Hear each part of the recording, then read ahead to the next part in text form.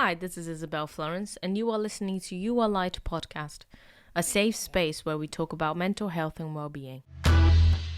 Hello, my loves. Welcome back. I had a week off. It was nice. We all need to remember how important it is to take a break. So here I am encouraging you to remember that your passions do not also need to become the cause of your stress and your anxiety. We have now been made to believe that we have to turn every hobby, every talent, every passion into a very, very successful business, and that's not the case. Sometimes we become stressed with wanting to make the things that we love into a perfect picture, and there's no such thing. So today we're going to talk about perfectionism. 2 weeks ago we talked about control, and I told you that when I moved country and everything changed, I had a conversation with my therapist and we realized that coping mechanisms of mine showed up trying to protect me because I felt like there was a lot of change in a very small space of time. Those two coping mechanisms were control and perfectionism. And it's interesting because they're very related. This want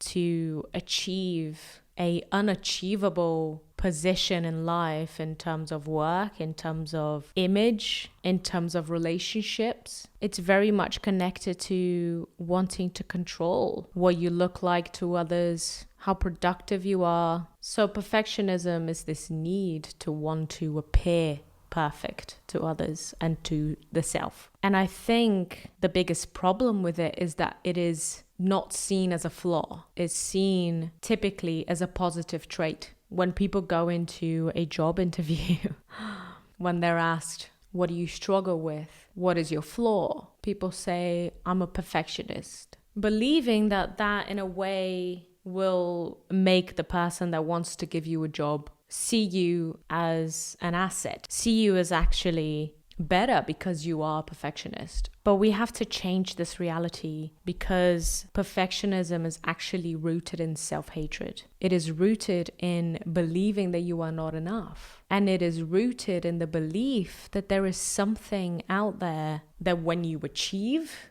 will bring you full happiness, full joy, full peace forever. That's not possible. My therapist told me this thing that made me think a lot about perfectionism. This is not the exact words that she used, but she correlated the idea of perfectionism and achieving perfectionism with death. If I am trying to achieve a life where everything is perfect, there cannot be life within it. There cannot be real emotions, real energy, reality of how chaotic and flawed life can be and how it is. As I said in the last episode, there is beauty in the chaos because you can only achieve creativity and growth and change with chaos, with failure. You are not your work. You are not your image. You are not your weight.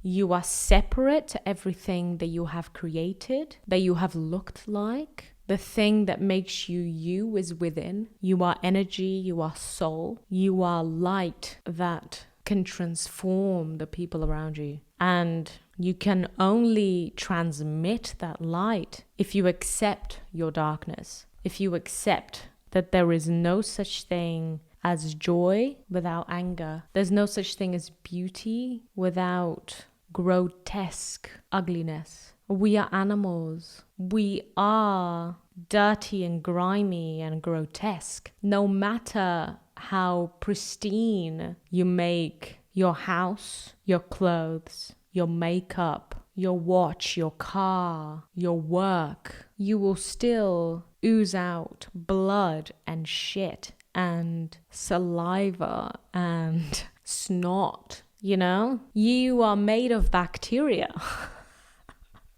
How can you try and create this perfect image of yourself when you have more bacteria than cells in your body? Let's not forget how chaotic, grotesque, disorderly, dirty, disorganized, repulsive and unpleasant we can all be. It's part of being a human being. The problem is that people can't make money out of reminding yourself of how normal it is to not look perfect, to not have the perfect house, have the perfect kids, be the perfect mother and parent, be the perfect employee, have the perfect looking life on social media. Because organizations, they prey on our insecurity. They prey on us believing that we are not enough, and when we acquire something else, we will become that. We will become perfect.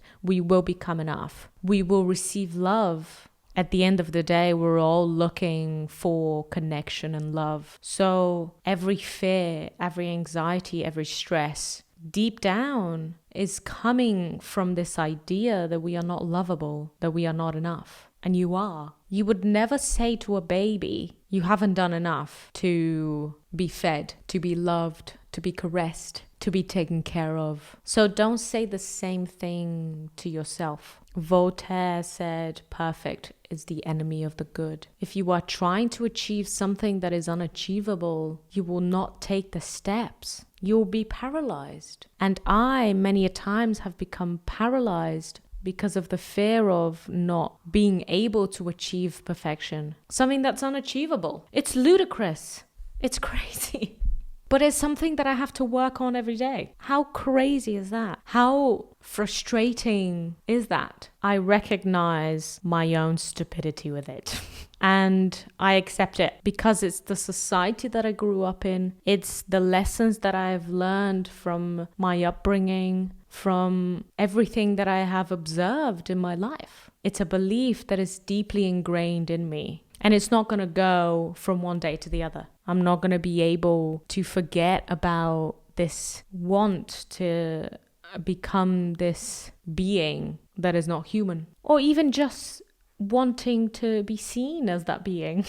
Maybe it's not even that I am searching for perfection, but I am maybe searching for the belief from others that I am perfect. And that is ludicrous. That is stupid. Because what that does is disconnects me from people.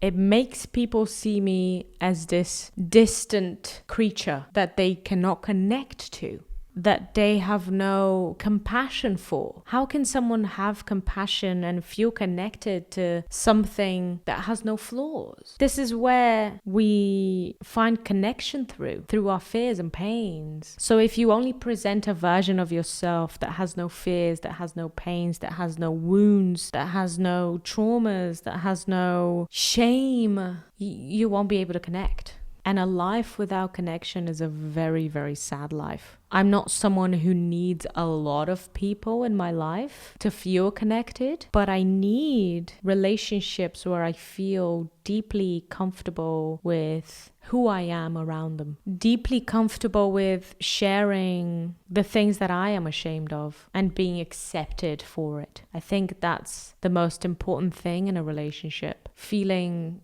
secure and held in your shame, in your fear, in your pain. So we have established perfectionism is an illusion. Nobody that you follow on Instagram has a life that looks like that. We have seen the amount of people that have had the success, the beauty, the money, the people, everything around them, and we've seen them collapse. We've seen them have breakdowns. We've seen them show that actually they're deeply depressed. So do not put people in pedestals. We're all just humans. We're all animals. We're all shitting and pissing and having snot come out of our noses when we cry. We all feel shame. We all feel jealousy. We're all trying to feel like we're good enough to be loved. The world that we live in today with social media can be very dangerous. With Photoshop, with filters that change the shape of your face, the smoothness of your skin, the whiteness of your teeth, fake private jets that people pay to go in and take a picture, to pretend that they have this very successful life. We cannot believe what we see on social media. It is not reality. See it as something external from reality, almost like a cloud that can be shaped and formed and changed.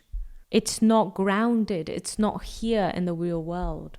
What you see right now is not really the reality of who I am. To really understand who I am, you would need to spend time with me, feel my energy. You know how when you first meet people, you usually change your mind about them after a while. You see them differently. Some people become uglier, some people become more beautiful, depending on their values and their core being. We're not what we see on social media. We're not what we see at first sight. We're not what we see from a distance in a party. A lot of it is filtered and sculpted. So never compare yourself to people you don't really know, to people you don't really feel. We strive for perfection so much because we believe that when we achieve it, we will not be criticized, we will not be ridiculed, we will not be blamed. Deep down, a lot of us believe that if we achieve an image of perfection, we will not be hurt. And that's not true. Striving perfectionism will stop you from being seen for who you really are, being seen for the complete picture that you are, the wholeness of your soul and physical and energetical being that you are. Perfectionism, I think, is very connected to our want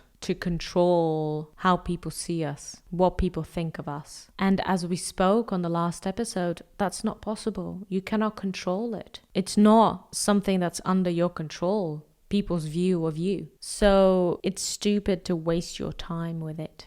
Your time is precious. If you don't want to stop searching for this perfection for yourself, do it for the people around you. Do it for your loved ones. Do it for the people that you want to inspire, because you will be less controlling. You will be more open to connection. You will be a more true, whole version of yourself that people can really see and strive to become alike. Strive to let go of their own perfectionism tendencies. When you show your wounds, people feel like they can show their own. People feel trusted. As I said, it allows you to connect to others in a deeper level. For a very long time, I hid myself from people because I knew that the full version of myself wasn't perfect. And it made me very lonely, and it meant that people couldn't relate to me